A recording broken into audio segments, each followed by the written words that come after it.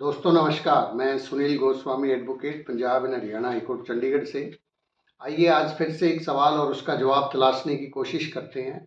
आज का ये वीडियो बहुत इम्पोर्टेंट रहेगा, बिल्कुल एंड तक देखिएगा। आज आप हमारा टॉपिक भी देख सकते हैं, civil cases trial full process, मतलब शुरू से लेके आखिर तक सिविल केसेस क्या होते हैं, कैसे ट्रायल चलता है, मतलब क्या क्या स्टेज से होके एक केस गुजरता है। अब जीरो से लेके एंड तक पूरे केस सिविल सूट जो होते हैं, दीवानी दावे जो है ना, उनका प्रोसेस को आप समझ सकेंगे। सिविल की जो प्रैक्टिस है थोड़ी टिपिकल होती है, थोड़ी सी प्रोसीजरल होती है। क्रिमिनल के अंदर तो क्या है कि पुलिस वाले केस बना के लाते हैं और वहाँ जमानत होगी और वो फिर ट्रायल चलता है। तो यहाँ पे केस आपको बिल्ड करना होता है, वहाँ केस बना के लेके आते हैं, उसको आपने डिफेंड करना होता है। तो ये थोड़ा सा सीखने वाली चीज़ है। तो सिविल दावे क्या होते हैं, वैसे तो आप तब तक कुछ वीडियो आपने देखे होंगे, समझ ही चुके होंगे। एक सिविल दावे होते हैं और दूसरे क्रिमिनल होते हैं। सिविल यानी कि जहाँ पे अधिकारों की बात होती है या कोई प्रॉपर्टी से संबंधित विवाद है, पैसे का कोई लेन देन है या कब्जे के बारे में कोई दावा है, मतलब जहाँ पे अधिकारों की स्थापना की जाती है। आपका कोई राइट है, वो राइट नहीं मिल रहा, तो उसके लिए आप सिविल सूट फाइल करते हैं, सिविल कोर्ट के अंदर फाइल करते हैं, जहाँ पे सिविल जज के पास में ये मुकदमे चलते हैं। तो इस ट्रायल से संबंधित पूरी की पूरी प्रक्रिया मैं आपके सामने शेयर करूंगा। उससे पहले एक बात, लाइक, सब्सक्राइब और एक प्यारा सा कमेंट जरूर कर दीजिए मेरे हौसला अफजाई के लिए। चलिए हम लोग बातचीत को आगे बढ़ाते हैं। तो सिविल सूट्स के ऊपर मैं बात करूं उससे पहले कुछ शब्दों को जरूर ध्यान में रखिए कि ये जो शब्द हैं जहां जहां भी प्रयोग होंगे, इसका मतलब वो सिविल सूट है। जैसे कि आप देखेंगे कि प्लेंटिफ एक शब्द है, plaintiff, plaintiff, defendant, plaint, plaint, ये नंबर 4 रिटन स्टेटमेंट। इस तरह के शब्द आपको जो है ना सिविल सूट के अंदर देखने को मिलेंगे। फिर इसके अंदर सिविल जज, सिविल जज जहां पे ये मुकदमा चलता है। फिर इसके बाद डिक्री, फिर जजमेंट भी होती है इसमें, डिक्री से पहले होती है जजमेंट। वैसे यहाँ पे हम जजमेंट लिख देते हैं। जजमेंट सिविल और क्रिमिनल दोनों में होती है। डिक्री जो है ना सिविल केसों के अंदर जारी की जाती है। तो इस तरह की चीजें आपको सुनने को जहां जहां मिलती हैं, समझ जाइए कि ये सिविल सूट है। तो सिविल सूट के अंदर सबसे पहली चीज जो होती है, हम पॉइंट वाइज जो है ना इसको डिस्कस करेंगे। सबसे पहली चीज यहाँ पे आपको प्लेंट सुनने को मिलेगी कि सिविल सूट कहाँ से शुरू होता है। प्लेंट से शुरू होता है कि प्लेंट दावा दायर करना। जब जो दावा है वो दायर होता है सेक्शन 26 सीपीसी या ऑर्डर 4 रूल 1, सेक्शन 26 आप पढ़ेंगे सीपीसी का, या ऑर्डर 4 रूल 1 के अंदर आपको जो है प्लेंट टू बी प्रेजेंटेड, वो प्लेंट का प्रेजेंटेशन के ऊपर दावे की शुरुआत हो जाती है। अब जैसे ही दावा आपने दाखिल कर दिया, अपना सिविल सूट फाइल कर दिया, सिविल सूट को ड्राफ्ट करके और उसको आपने फाइल कर दिया। सब फाइलिंग के टाइम पे ध्यान रखने वाली बात यह है कि पहली चीज तो वो विद एफिडेविट होना चाहिए। प्लेंटिफ का एफिडेविट, या कई सारे प्लेंटिफ है तो वन ऑफ द प्लेंटिफ का एफिडेविट हो कि ये जो सिविल सूट के अंदर कंटेंट है ये सही है और सत्य है। तो इस तरह का एफिडेविट साथ में लगता है। दूसरी चीज ध्यान रखने वाली बात यह है कि सिविल सूट जब आप फाइल करते हैं तो डुप्लीकेट प्लेंट इन डुप्लीकेट, मतलब सेम जो प्लेंट आपने दायर की उसकी एक और डुप्लीकेट कॉपी, जिस जो वो भी हस्ताक्षरित होगी और उसके अंदर भी वो, मतलब सेम एज इट इज, एक 2 कॉपीज आपको फाइल करनी होती है। तो डुप्लीकेट प्लेंट भी फाइल करना जो है मैंडेटरी है, आपको बहुत जरूरी है इस चीज को ध्यान में रखना। और एफिडेविट साथ में लगता है। तो प्लेंट जब आप दाखिल करते हैं उसके साथ में कोई आपको स्टे की एप्लीकेशन चाहिए, इंजंक्शन चाहिए। आप किसी प्रॉपर्टी पे दावा दायर कर रहे हैं तो आप स्टे चाहते हैं, तो स्टे की साथ में एप्लीकेशन लगती है, ऑर्डर 39 रूल 1 एंड 2 सीपीसी। तो इसी के साथ में ले लेते हैं। सूट जब आप फाइल करते हैं फिर इसके साथ में कोई आपने स्टे लेना है, तो स्टे के लिए order 39 rule 1 and 2 CPC read with section 151 CPC.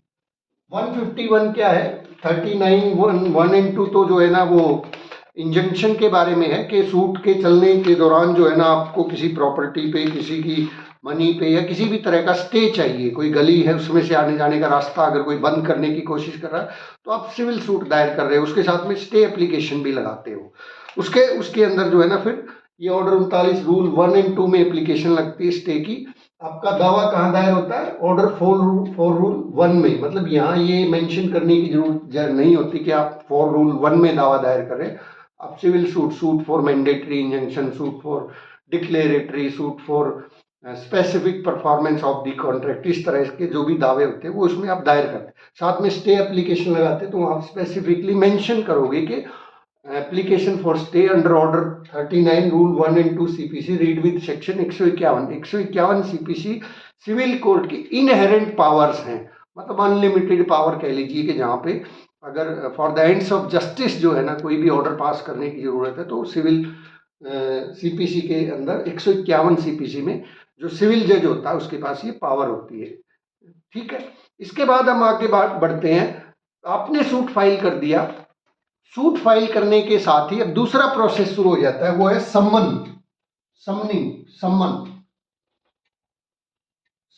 जारी करना। सम्मन जो जारी होंगे आपके केस के अंदर वो सम्मन ऑर्डर 5 के अंदर जो है ना ये प्रोसीजर है। आप सीपीसी जब पढ़ेंगे तो आपको पता लगेगा ऑर्डर 5 जो है समनिंग किससे रिलेटेड है कि समनिंग किस तरीके से होगी। वो प्रोसेस सर्वर के द्वारा हो सकती है ऑर्डरी वे में, दस्ती समनिंग हो सकती है, आप दस्ती समनिंग की रिक्वेस्ट कर सकते हैं। आपका मैटर अगर अर्जेंट है, आपको आपने आज डाला है, आपको तुरंत स्टे चाहिए, आप आफ्टर लंच केस को रखवा सकते हैं या कल के लिए रखवा सकते हैं, क्योंकि कोर्ट्स ज़्यादातर जो है ना एक्स पार्टी स्टे देने में इंटरेस्टेड नहीं होती, वो दूसरी पार्टी को सुन के फिर स्टे ऑर्डर्स पास करती हैं। तो आपको जल्दी है तो दस्ती सम्मन की रिक्वेस्ट आप कर सकते हो ओरली जज साहब को कि मुझे दस्ती सम्मन चाहिए, कल में इसको रख लीजिए।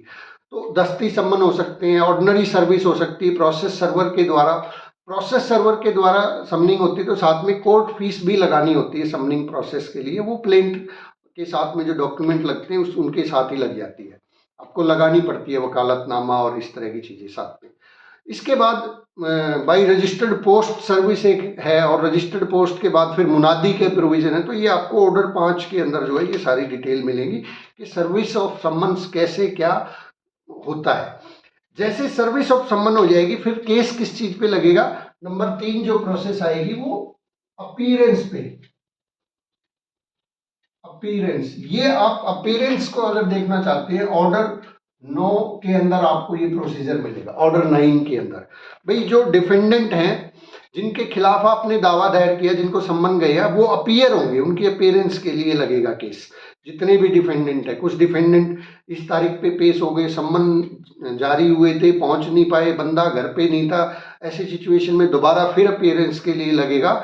और इस तरीके से अगर किसी ने सम्मन्स ले भी लिए हैं और वो फिर भी नहीं आया है या लेने से इनकारी कर दिए तो उस सूरत में कोर्ट जो है या तो मुनादी के ऑर्डर कर सकती है या उनको तुरंत एक्स पार्टी भी कर सकती है उनके खिलाफ। मतलब वो एक्स पार्टी कहलाई जाएंगे वो डिफेंडेंट्स, मतलब वो आना नहीं चाहते जानबूझ के। जब अपीयरेंस हो जाती है तो जो चौथी स्टेज आती है, फोर्थ स्टेज, वो आती है रिटन स्टेटमेंट की। अब जो डिफेंडेंट्स हैं वो अपनी रिटन स्टेटमेंट दायर करेंगे। रिटन स्टेटमेंट ऑर्डर 8 रूल 1 के तहत जो है वो अपनी रिटन स्टेटमेंट, मतलब आपने जो दावा दायर किया है वो उसका जवाब देंगे। उसको जवाब दावा भी बोलते हैं, रिटन स्टेटमेंट भी बोलते हैं। और ये जो जवाब दावा देना होता है ये 30 दिन के अंदर अंदर देना होता है। लेकिन कोर्ट्स जो है to be reasons to be recorded, reasons के साथ में इस समयावधि को 30 दिन से बढ़ा के 90 दिन तक कर सकती है। मतलब 30 दिन कब से माने जाएंगे? जिस दिन उसको सम्मन सर्व हो गई। सम्मन सर्विस से 30 दिन के अंदर अंदर रिटन स्टेटमेंट, आपकी पार्टी आपके पास आई है कि मेरे पास ये सम्मन आए हैं, तो आपको 30 दिन के अंदर अंदर, मैक्सिमम 90 दिन तक कोर्ट उसको एक्सटेंड करती है। और उसके बाद आपका डिफेंस ट्रक ऑफ हो जाता है। अगर आप फिर भी एक्सेप्शनल सर्कमस्टांसिस में इस सीमा को आगे भी बढ़ाया जा सकता है। अगर किसी का ये डिफेंस ट्रक ऑफ हो गया, 90 दिन तक फाइल नहीं कर पाए, तो उस सूरत में फिर आपको हाई कोर्ट आना पड़ता है। हाई कोर्ट में इस ऑर्डर के अगेंस्ट फिर रिवीजन लगती है। हाई कोर्ट फिर परिस्थितियों को देख के समय सीमा को विद कोस्ट या विदाउट कोस्ट जो है बढ़ा सकता है। तो 90 डेज के अंदर आपको रिटन स्टेटमेंट फाइल करनी होती है, जवाब दावा जिसको। नेक्स्ट जो स्टेज होती है वो है सेटलमेंट की। अब यहाँ पे सेटलमेंट, कोर्ट जो है सेटलमेंट का भी प्रयास कर सकती है कि दोनों पार्टी को मीडिएशन में भेज सकती है या खुद सेटलमेंट के लिए प्रयास कर सकती है। ये सेक्शन 89 सीपीसी सेटलमेंट के बारे में बताता है, सेक्शन 9 80 सीपीसी 89 सीपीसी। तो मीडिएशन वगैरह किया जा सकता है। मीडिएशन वगैरह अगर नहीं होता है तो उसके बाद आगे कोई एप्लीकेशन जो है डिफेंडेंट लगा सकता है, प्लेंटिफ लगा सकता है, उसको डिस्कवरी एंड इंस्पेक्शन की एप्लीकेशन बोलते हैं कि कोई दस्तावेज ऐसा है जो दूसरी पार्टी के कब्जे में है, आपके पास फोटोकॉपी है या आपके पास कुछ भी नहीं है, तो आप उस सूरत में इंटरलॉक्यूटरी कई तरह की एप्लीकेशंस होती है। जैसे कि आपको लगता है कि प्लेंटिफ ने जो दावा दायर किया वो मेंटेनेबल ही नहीं है, या कोर्ट फीस नहीं लगाई है उसने, या उसकी ज्यूरिसडिक्शन नहीं बनती है, तो आप रिजेक्शन ऑफ प्लेंट के लिए ऑर्डर 7 रूल 11 इसके अंदर फिर छठी स्टेज आप बोल सकते हैं इंटरलॉक्यूटरी एप्लीकेशन। जैसे कि 7 रूल 11 की एप्लीकेशन रिजेक्शन ऑफ प्लेंट के लिए, या फिर कोई पार्टी ऐसी है जिसको प्लेंटिफ ने पार्टी नहीं बनाया, वो आके कहेगा कि मुझे पार्टी बनाओ, तो वो पार्टी बनाने के लिए ऑर्डर 1 रूल 10 की एप्लीकेशन लगा सकता है। तो इस तरह से इंटरलॉक्यूटरी एप्लीकेशन, या दूसरी पार्टी भी जो डिफेंडेंट है वो आके अपना रिटन स्टेटमेंट तो फाइल कर ही रही है, उसके साथ में उन्होंने काउंटर क्लेम भी फाइल कर दिया है, काउंटर क्लेम। और वो काउंटर क्लेम फाइल करने के साथ वो भी अपनी एप्लीकेशन फॉर इंजंक्शन लगा सकते हैं। तो काउंटर क्लेम अगर उन्होंने फाइल कर दिया है तो उस सूरत में आपको इस काउंटर क्लेम का जो प्लेंटिफ है उस प्लेंटिफ को इस काउंटर क्लेम का जवाब देना है, रिप्लाई देना रिटन स्टेटमेंट टाइप में। और इसके बाद जो है फिर आज के टाइम में, पहले रेप्लिकेशन का प्रोविजन होता था, जो डिफेंडेंट ने रिप्लाई दिया उसका रेप्लिकेशन जवाब उल जवाब आप फाइल करना होता था, लेकिन आजकल वो खत्म कर दिया है। लेकिन फिर भी अगर आपको रेप्लिकेशन फाइल करना है तो उसके लिए आप एप्लीकेशन लगाएंगे रिटन स्टेटमेंट मिलते ही कि मैं इसका रेप्लिकेशन फाइल करना चाहता हूं। अगर कोर्ट अलाउ करती है तो फिर आप उसका रेप्लिकेशन भी फाइल कर सकते हैं। अदरवाइज जो है फिर ये सूट जो है एडमिशन के ऊपर चला जाएगा। अगर दूसरी पार्टी आपके सूट को एडमिट ही करती है तो उसके ऊपर जजमेंट पास हो जाएगी, एडमिट सूट हो जाएगा वो एडमिशन। इसके बाद जो नेक्स्ट स्टेज आती है वो framing of issues, number 7 issues. अब जो प्लेंट है और जो रिटन स्टेटमेंट है या काउंटर क्लेम है उसके आधार पे कोर्ट इश्यूज फ्रेम करेगी। एग्जाम्पल के तौर पे पोजेशन का दावा आपने दायर किया है तो इश्यू फ्रेम होगा whether the plaintiff is entitled for the possession of the suit land. दूसरा इस तरीके से भी whether the plaintiff is entitled for injunction, whether the plaintiff is entitled for declaratory suit, whether the will is liable to be cancelled. इस तरीके से आपने will को चैलेंज किया है तो स्पेसिफिक परफॉर्मेंस का दावा है तो weather the plaintiff is entitled for specific performance of the contract. Defendant ने अगर कोई काउंटर, तो इस तरीके से इश्यूज फ्रेम होते हैं। और इश्यूज क्या है, इश्यूज पूरे दावे का एक समरी कह लीजिए कि कोर्ट निश्चित करेगा कि इन पैमानों के अंदर आप अपनी एविडेंस पेश करोगे दोनों पार्टी, उसके ऊपर उन इश्यूज के ऊपर मैं जजमेंट दूंगी। तो इस तरीके से इश्यूज फ्रेम हो जाते हैं। इश्यूज फ्रेम जो है वो ऑर्डर 14 के अंदर कोर्ट इशू फ्रेम करती है। अब जब इशू फ्रेम हो जाते हैं मतलब डिस्प्यूट क्या है दोनों का, उस डिस्प्यूट की समरी कह लीजिए, या इन पॉइंट्स पे डिस्प्यूट है। कुछ ऐसे भी पॉइंट्स हो सकते हैं जिनको डिफेंडेंट ने एडमिट कर लिया हो तो वो तो इशू नहीं रहे ना, इशू वही है जिनके ऊपर दोनों पार्टी का मतभेद है।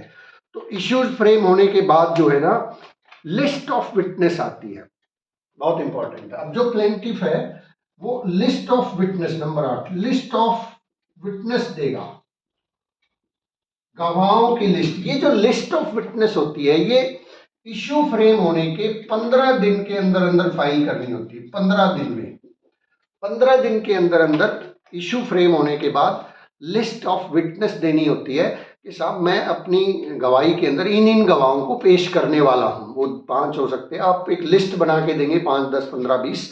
और ये ऑर्डर 16 के अंदर आता है, ऑर्डर 16 के तहत जो है आप लिस्ट ऑफ विटनेस प्रेजेंट करेंगे। अगर 15 दिन के अंदर आप लिस्ट ऑफ विटनेस प्रेजेंट नहीं करते हैं तो कोर्ट उस सूरत में आगे आने वाले समय में अगर आप किसी विटनेस को एग्जामिन करवा रहे हैं तो डिफेंडेंट इस बात का ऑब्जेक्शन ले सकता है और कोर्ट आपकी जो है रिक्वेस्ट को डिक्लाइन भी कर सकती है अगर उनको लगता है कि नहीं आप तो चीटिंग कर रहे थे कोर्ट के साथ में, ये विटनेस तो पहले से होना चाहिए था। लेकिन इस पे हाई कोर्ट की और सुप्रीम कोर्ट की कई सारी रूलिंग भी, आपको मेरे चैनल पे वीडियो भी मिल जाएगा कि लिस्ट ऑफ विटनेस के ऊपर लॉ ये कहता है कि ये मैंडेटरी इन नेचर नहीं है, डायरेक्टरी इन नेचर। अगर कोई रह गया है तो फिर भी for the ends of justice किसी भी गवाह को बाद में लिस्ट के अंदर अगर उसका नाम नहीं तो भी एग्जामिन करवाया जा सकता है।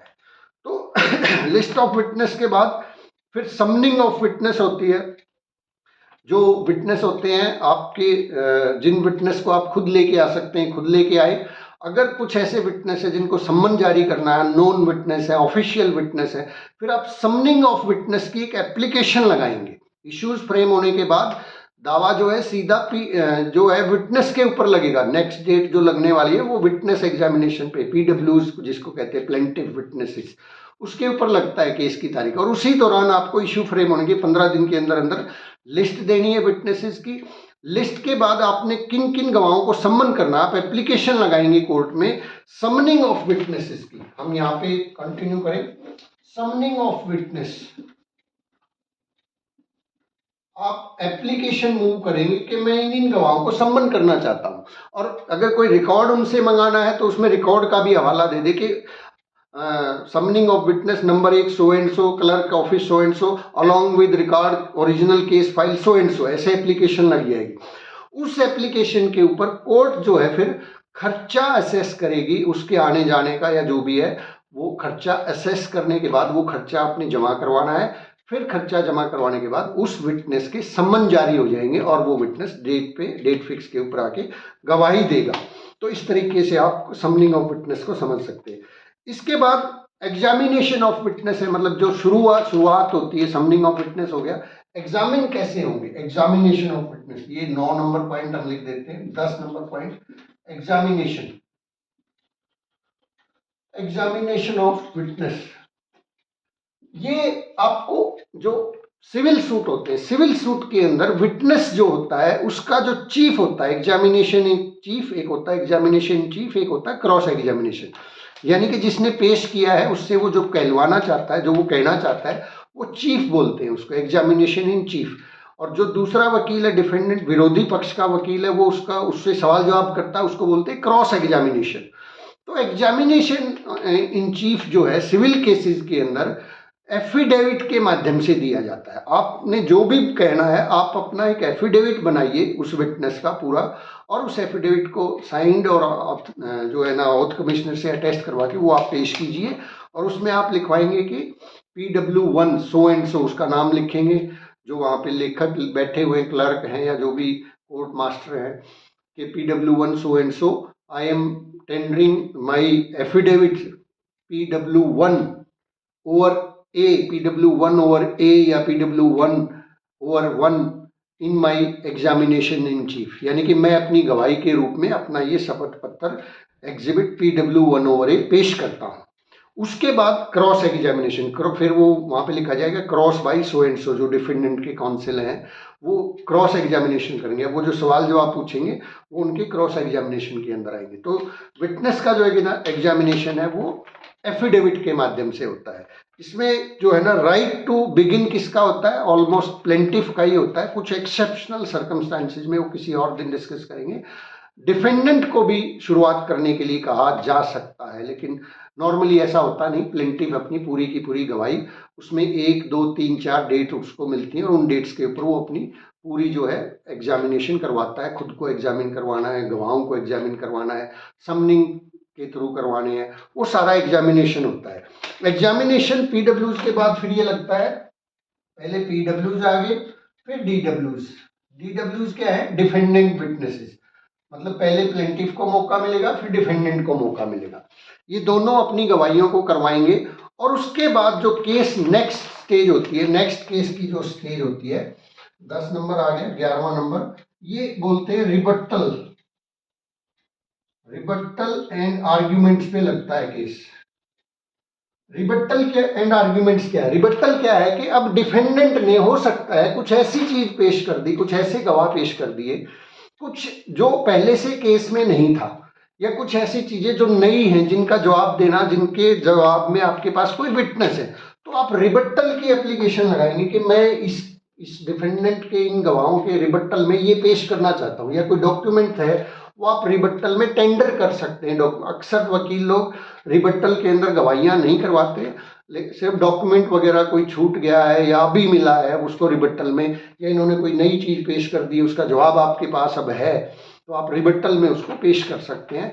तो ये रिबट्टल हो गया। रिबट्टल के साथ में फिर ये आर्ग्यूमेंट पे होता है, और साथ में कोर्ट आर्ग्यूमेंट उसी दिन भी सुन सकती है या कोई और डेट दे सकती है। फिर ये केस चला जाएगा आर्ग्यूमेंट के ऊपर।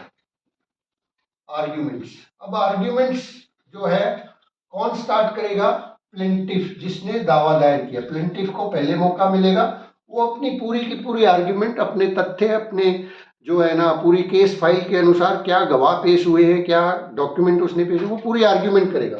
फिर प्लेंटिफ की आर्ग्यूमेंट के बाद मौका मिलेगा डिफेंडेंट को, डिफेंडेंट का एडवोकेट आर्ग्यू करेगा, डिफेंडेंट का एडवोकेट अपनी पूरी दलीलें देगा, और कुछ अगर डिफेंडेंट ने कुछ एक्स्ट्रा कुछ ऐसे पॉइंट्स उठा दिए हैं तो फिर से प्लेंटिफ के एडवोकेट को मौका मिलेगा रिबट्टल आर्ग्यूमेंट का। तो इस तरीके से ये पूरा सूट चलता है, और पूरे केस की बहस और ये सुनने के बाद फिर केस जो लग जाता है वो लग जाता है ऑर्डर्स पे। ऑर्डर फिर कोर्ट जो है इसके ऊपर अपना ऑर्डर सुनाने के लिए डेट देती है, इस दिन फला डेट के लिए, या कोर्ट समटाइम कुछ जजेस जो है तुरंत ऑर्डर भी लिखवा देते हैं। तो ऑर्डर्स पे लगता है, ऑर्डर्स प्रोनाउंस होता है। ऑर्डर के अंदर दो चीजें होती हैं। पहली चीज जजमेंट, एक तो आपको सिविल केसेस के अंदर दो चीजें देखने को मिलेगी, जजमेंट, नंबर दो डिक्री। जजमेंट क्या है? जजमेंट पूरे केस के फैक्ट्स का हवाला है, भाई ये ऐसे ऐसे पूरी डिटेल्स में जजमेंट में। फिर उसके ऊपर डिक्री पास होते हैं। डिक्री मतलब प्लेंटिफ ने जो मांगा है अगर वो उसको दिया गया है तो उसमें decree for possession, decree for specific performance, उसके अंदर डायरेक्टरी नेचर की कुछ लैंग्वेज आपको मिलेगी, वो डिक्री शीट बोलते हैं उसको। तो दो चीजें होती है, जजमेंट एंड डिक्री। अगर वो डिसमिस हो गया है तो वो तो भी डिक्री पास होगी, वो डिसमिसल की डिक्री पास हो जाएगी। तो जजमेंट और डिक्री पास हो जाएगी। इसके बाद ये सिविल सूट यहाँ पे एंड हो जाता है। इसके बीच में कई बार जो है ना अमेंडमेंट ऑफ प्लेंट की एप्लीकेशन लग सकती है, ये भी मैं आपको ना जानकारी होनी चाहिए। ऑर्डर 6 रूल 17 की, ऑर्डर 6 रूल 17 की अमेंडमेंट, ऑर्डर 6 रूल 17 के अंदर अमेंडमेंट की एप्लीकेशन, अमेंडमेंट प्लेंटिफ भी लगा सकता है, डिफेंडेंट भी लगा सकता है, और वो कभी भी लगा सकते हैं। मान लीजिए प्लेंटिफ की नॉलेज में कुछ ऐसी चीजें बाद में आई, जब जवाब दावा भी आ चुका था, गवाहियां भी हो चुकी थी, तो वो चीजें ऐसी हैं जो, या आफ्टरवर्ड कोई उसके अंदर चेंज आ गया सर्कमस्टांसिस में, तो अमेंडमेंट की जा सकती है, या कोई ऐसी नेसेसरी अमेंडमेंट है जिसके बिना दावे में कुछ है ही नहीं, तो इस तरीके से अमेंडमेंट की एप्लीकेशन भी आ सकती है। अमेंडमेंट की एप्लीकेशन कोई भी पार्टी लगाई, फिर उसका जवाब मांगा जाता है, और उस जवाब को सुनने के बाद बहस होती है। जवाब लेने के बाद, बहस के बाद, वो अगर वो अलाउड हो जाती है तो फिर अमेंडमेंट की एप्लीकेशन के साथ अमेंडेड प्लेंट भी देना जरूरी होता है। अक्सर हम एडवोकेट्स जो है अमेंडमेंट की एप्लीकेशन के साथ अमेंडेड प्लेंट भी साथ में ही लगा देते हैं। अगर मंजूर होगी तो फिर वो अमेंडेड प्लेंट या अमेंडेड रिटन स्टेटमेंट वो पढ़ी जाएगी। और उस अमेंडमेंट के बाद अगर कोर्ट को ये लगता है कि इस अमेंडमेंट के बाद किसी के विटनेस की गवाही की जरूरत है, गवाहियां बेशक क्लोज हो चुकी थी, समटाइम जो है अमेंडमेंट की एप्लीकेशन अपील में आके भी लग जाती हैं, अपील के टाइम पे भी, तो अगर जरूरत होती है, ऐसा लगता है कि इसके ऊपर एविडेंस भी चाहिए, तो फिर विटनेस को भी सम्मन किया जा सकता है और उसको एग्जामिन करवाया जा सकता है। तो इस तरीके से ये पूरा सिविल सूट चलता है। इसके बाद सिविल सूट खारिज होता है या अलाउड होता है तो कोई भी पार्टी जो उससे अफेक्टेड है, अग्रीव्ड है कि नहीं मैं इस फैसले से सहमत नहीं हूँ, तो फिर वो अपील कहाँ करेगी? वो अपील करेगी डिस्ट्रिक्ट जज के पास में। जो डिस्ट्रिक्ट जज होता है वहाँ पे फर्स्ट अपीलेट कोर्ट उसको बोला जाता है, डिस्ट्रिक्ट जज के पास में उसकी अपील जाएगी। और अगर वहाँ पे भी जो है ना खिलाफ आ गया, या केस जो फैसला वो पलट दिया निचली अदालत का, तो फिर उसके बाद सेकंड अपील लाई करती है आरएस से, रेगुलर सेकंड अपील उसको बोलते हैं, वो हाई कोर्ट के अंदर फाइल होती है। और हाई कोर्ट में भी अगर कोई संतुष्ट नहीं है तो फिर SLP डलती है सुप्रीम कोर्ट के अंदर, आप जा सकते हैं उसमें, सिविल अपील भी उसको बोलते हैं, तो आप वहाँ पे भी सुप्रीम कोर्ट में जा सकते हैं। बहुत बहुत शुक्रिया, बातचीत अच्छी लगती है, चैनल को लाइक सब्सक्राइब और शेयर करें। आपके लिए पूरा का पूरा A to Z जो है ना, शुरू से लेकर आखिर तक पूरा दीवानी दावा कैसे चलता है, आप इसको स्क्रीनशॉट ले लें या पढ़ लें, तो ये आपको बहुत काम आएगा। और फिर इसके अलावा और भी बहुत सारी चीज़ें मैं आपसे टाइम टू टाइम शेयर करता रहूँगा। बहुत बहुत शुक्रिया, धन्यवाद।